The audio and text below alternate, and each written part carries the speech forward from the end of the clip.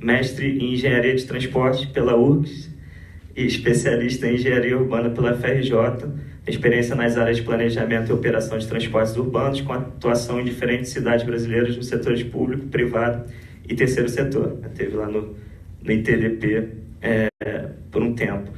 Atualmente é coordenador de mobilidade urbana no Sindicato das Empresas de Ônibus da cidade do Rio de Janeiro. É um desafio, né, estar lá, com certeza, e essa proposta, enfim, de trazer mais informação em o ônibus, que, enfim, é alvo, muitas vezes, de reclamações dos usuários, com relação à informação, foi, enfim, desde a racionalização aos sistemas de tarifa. Então, hoje, a caixa preta, enfim, estamos tentando trabalhar para abri-la aqui. Queria ouvir um pouco, então, do olhar da Rio Ônibus, do sindicato, enfim, das empresas de ônibus do Rio. Diego.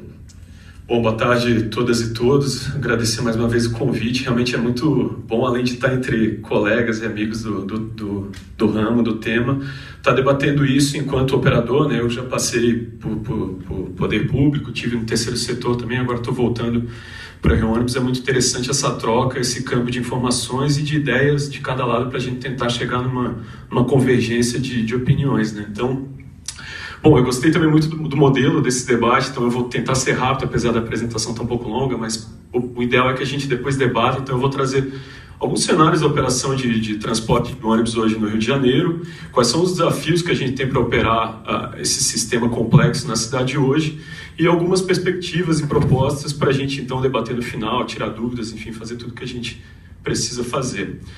Bom, para começar, o panorama da mobilidade urbana e a importância do ônibus que tem aqui na cidade do Rio de Janeiro. Hoje, 37% dos deslocamentos são feitos por ônibus, dos quais somente no transporte público 78%, né, considerando trens, barcas e metrô. Isso aqui eu também vou pedir uma licença, inclusive, para o Vitor. Enquanto o Rio Ônibus eu estou falando só de cidade Rio de Janeiro, apesar de eu sempre valorizar muito o debate metropolitano, mas isso aqui é só a cidade do Rio de Janeiro.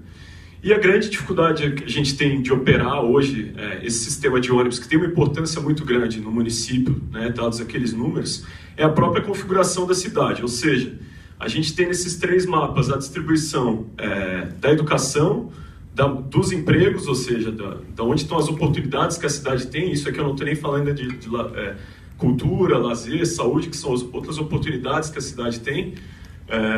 E a distribuição onde as pessoas estão morando, né? Então você vê que tem uma disparidade. Resumindo esses três quadros, grande parte da população mora na zona oeste e norte da cidade, onde está essa concentração de moradias, e as oportunidades de emprego e educação estão concentradas na zona sul e centro, isso numa distância de 65 quilômetros, basicamente, de uma ponta a outra. O que isso acarreta em termos de mobilidade urbana?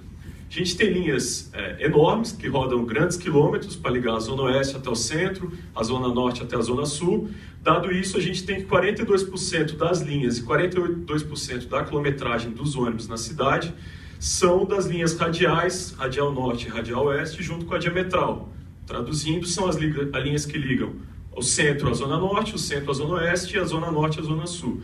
Então, a grande parte do modelo de ônibus que a gente tem na cidade hoje está focado em fazer essa grande ligação das pessoas, onde elas moram, para onde elas trabalham, para onde elas estudam. E a gente pode ver também pelo IPK, que é o índice de passageiro por quilômetro, que tecnicamente é o que a gente pode definir como índice de eficiência de operação de uma linha, que essas três linhas são as que têm o IPK mais baixo, ou seja, a gente tem uma demanda determinada, não é grande nem pequena, uma demanda X, mas dividido por uma quilometragem muito alta. Isso gera uma ineficiência completa no sistema. Então, uma das grandes dificuldades que a gente tem na operação de ônibus hoje da cidade é a própria configuração em si da cidade, a distribuição espacial na cidade do Rio de Janeiro. Para além dessa questão das longas distâncias de linha, muitas delas, quem a gente usa ônibus, eu pego ônibus, muitas vezes a gente está numa linha longa e engarrafada. Então, o próprio Gabriel falou, 2% das vias da cidade tem algum tipo de preferência. Aqui a gente tem o modelo BRS, que foi implantado a partir de 2010, que é um sistema que eu considero que deu muito certo, teve um grande nível de eficiência, nível de qualidade de informação e nível de operação. Essa própria foto do BRS de Copacabana mostra a diferença do que era antes e do que é depois. Mas a gente ainda tem um grande desafio pela frente. O último BRS foi implantado há 5 anos, que foi o BRS Vila Isabel, somente 47% da frota convencional, excluindo o BRT, trafega por 2 ou mais corredores BRS com alguma prioridade. Então a gente tem muito a avançar ainda em termos de priorização do transporte público, que é isso que o Gabriel comentou na apresentação dele. Para além disso, a gente tem a rede de média e alta capacidade também operada por ônibus, que é o sistema BRT, que hoje já tem uma rede um pouco mais conectada dentro da cidade. Então tem aqui os pontos de integração junto com o sistema de média e alta capacidade, trens e metrôs na cidade do Rio de Janeiro. Mas a gente sabe que também tem ainda o corredor Transbrasil para ser implantado e uma série de dificuldades de operação ainda também do BRT, que eu vou apontar mais no final da apresentação. Aqui, então, para começar a falar um pouco mais de tarifa, de custo, esse é o nosso cenário, o nosso marco jurídico que a gente tem hoje. A gente tem um contrato, o edital foi lançado em 2010 e assinado o contrato em 2010, dividido a cidade em 4 consórcios, 4 regiões, que são esses consórcios que respondem diretamente à prefeitura. Então acabou com aquela ideia de cada empresa opera uma linha, cada empresa responde à prefeitura de uma maneira. Hoje é uma operação consorciada e a prefeitura se dirige ao consórcio, não mais a cada empresa. A remuneração, como já foi falado, exclusivamente por meio da tarifa, e a obrigatoriedade de ressarcimento de transporte e gratuidades, enfim, todo o marco jurídico que a gente tem a partir do contrato de 2010, que tem um prazo de 20 anos de duração, prorrogável ou não, por uma vez, por no máximo mais 20 anos. Aqui a distribuição dos consórcios, das redes que a gente tem. A gente começou em 2010 com 44 empresas, dividido por esses consórcios, 8 já fecharam, faliram, muitas dos últimos 2 anos, e hoje tem 36 empresas operando com quase 30 mil funcionários. Bom, falar um pouco de números, também já fazendo uma comparação histórica. Hoje a gente tem uma frota de quase 7 mil ônibus, uma idade média de 4,85. O número de passageiros teve uma queda ali, a quilometragem percorrida de 2000, isso aqui são dados de 2018. Em comparação a 2016, ou seja, em apenas 2 anos de operação, tivemos uma queda de 8% na quilometragem, mas uma queda de 11% na demanda, no número de passageiros transportados. Ou seja, a gente perdeu a quilometragem, está gastando um pouco menos, mas o número de passageiros caiu muito mais do que a quilometragem. O número de gratuidades é o mesmo de 2016, hoje ele responde a 18,6% do total de passageiros transportados. Com integração via book, né, a gente tem integrações com outros modais e também integração de 2 linhas através do bilhete único. Hoje isso corresponde a 16,1% dos passageiros pagantes, excluindo gratuidade, e teve uma redução de 2% em relação a 2016. O IPK, né, aquele índice que eu falei, teve uma queda de 5%, ou seja, a eficiência do sistema traduzido nesse índice, dentre esses 2 anos, teve uma queda de 5%. E a tarifa real, que seja, toda a arrecadação do sistema dividido por todos os passageiros transportados, hoje está em 2,45, também uma queda de 5% em relação a 2 anos atrás. Aqui uma avaliação um pouco mais histórica, desde o começo do contrato, do que é essa tarifa real em relação à tarifa aplicada, aquela tarifa que aparece que o passageiro paga integralmente, o passageiro que paga integralmente, aquela tarifa que está na frente do vidro do ônibus. Cada vez mais, ano a ano, a gente percebe que o percentual da tarifa real em relação à praticada vem caindo, e hoje ela está em 67,2%, isso pegando só esses meses de 2018. 3 minutos, ok. Então tem uma queda constante em virtude principalmente de gratuidades, ou seja, a tarifa vem aumentando ao longo do tempo, né, por reajustes anuais que estão no contrato ou pela revisão contratual, mas a tarifa real dividido pelo número de passageiros que é transportado vem caindo ano a ano.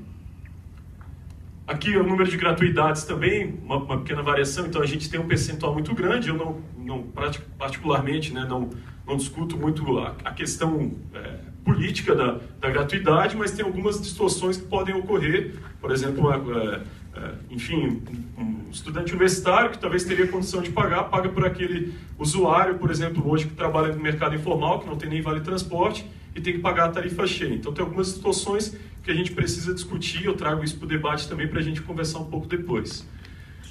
Integrações do bilhete único carioca também vem aumentando ano a ano, então o percentual de passageiros que não pagam a segunda tarifa. Claro que isso aqui é uma política pública muito importante, você tem que conectar a cidade toda através das integrações com os outros modais, mas o impacto disso na arrecadação, porque isso aqui não é custo, isso aqui está mais relacionado à arrecadação do sistema, vem caindo ano a ano. Aqui o modo como a tarifa é calculada, então o Gabriel comentou, a gente tem, eu particularmente em 2010 eu estava na faculdade ainda começando a entender tarifa, a gente tentava discutir a tarifa J-Pod, que era uma coisa super detalhada no lubrificante do ônibus, e quando eu vi esse modelo do Rio de Janeiro, achei muito interessante, porque você não tem mais aquela discussão do que é o custo pontual do pneu do ônibus. Você tem aquela tarifa que era antes do contrato, definida ali pelo que era anteriormente, e depois os índices que são aferidos pelo IBGE, pela FGV, ou seja, você tem deveria ter uma transparência muito maior, uma facilidade até de compreensão da população de como que é calculada. Isso em termos de reajuste, né, anual. Mas também tem a questão da revisão, que está previsto no contrato, que é para as distorções e equilíbrio econômico-financeiro da tarifa ao longo do tempo. Custos não previstos, mas que também vem ocorrendo muito, e hoje representa mensalmente 2,1 milhões, 2,75 milhões só com reparo, vandalismo e depredação, principalmente nas estações de BRT. Então a gente tem um problema muito grande, principalmente no Transoeste, de recuperação das estações, enfim, por problema de segurança pública, de violência, enfim. Questão da qualidade também, um problema muito grande, isso aqui é pouco discutido quando se fala em tarifa, mas a qualidade do pavimento, principalmente para o corredor BRT, você precisa ter mais ônibus rodando, você não pode mais ter uma frota reserva, o tempo de manutenção, o tempo de operação do ônibus reduz muito.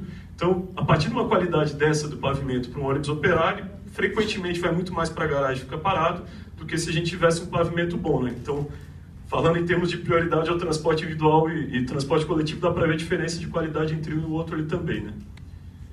Então, falando em termos de propostas, já para finalizar, aqui, prioridade, a gente tem algumas propostas já de novos corredores BRS na cidade, para tentar ganhar eficiência, tentar ganhar tempo para o usuário, tentar melhorar a eficiência do sistema, alguns corredores que a gente já vem estudando e vê que é possível implantar na cidade. Melhoramento e consolidação do sistema BRT na cidade, então não só o corredor Transbrasil, que está para ser implantado, mas melhorias, como eu falei, do pavimento, o término do eixo ali ligando Campo Grande até a Barra da Tijuca pelo novo eixo. Então, uma série de melhorias que a gente precisa fazer no sistema BRT, que é um sistema de transporte de média e alta capacidade. E aqui as discussões maiores, né, que é essa que eu queria chegar no final, que é isso. Primeiro, a gente precisa discutir e aproximar a oferta da cidade em relação a onde as pessoas moram. E para isso a gente tem uma série de políticas públicas, legislação urbanística, a lei de zoneamento acho que já está agora na Câmara em discussão, deve ser votado em breve. Isso tudo tem um impacto a médio e longo prazo, e isso interfere, como eu mostrei lá no começo, na operação de ônibus, na coisa do dia a dia. Ampliação e conectividade dos corredores, ou seja, precisamos priorizar o transporte público na cidade, conectar eles mais, a gente tem que ter uma rede muito mais conecta. Subsídio cruzado, acho que a Simone e o Gabriel comentaram muito bem, tem propostas já de fato para isso, uma delas é a CID municipal, ou seja, um percentual em cima do valor da gasolina, que vai direto para o município e é usado exclusivamente no transporte público, não hoje, como é a CID, que o prefeito, enfim, o poder público pode utilizar na ampliação do sistema viário, se em vez de melhorar o transporte coletivo, acaba facilitando mais o transporte individual. Pedágio urbano, cobrança de estacionamento, coisas que já foram levantadas, e novas fontes também, né? Não pensar só também no carro, mas novas fontes de quem se beneficia do transporte público, da operação do transporte público. Shoppings, grandes empreendimentos que precisam tanto da demanda dos consumidores quanto da força de trabalho para ir até o local, que tem uma participação no custo dessa operação, para a gente tirar essa coisa que é o fetiche da tarifa, né? Essa concentração do custo do sistema em cima só da tarifa que o usuário paga ali no dia a dia. Então, essas discussões para a gente debater mais à frente aí. Obrigado. Valeu, Diogo.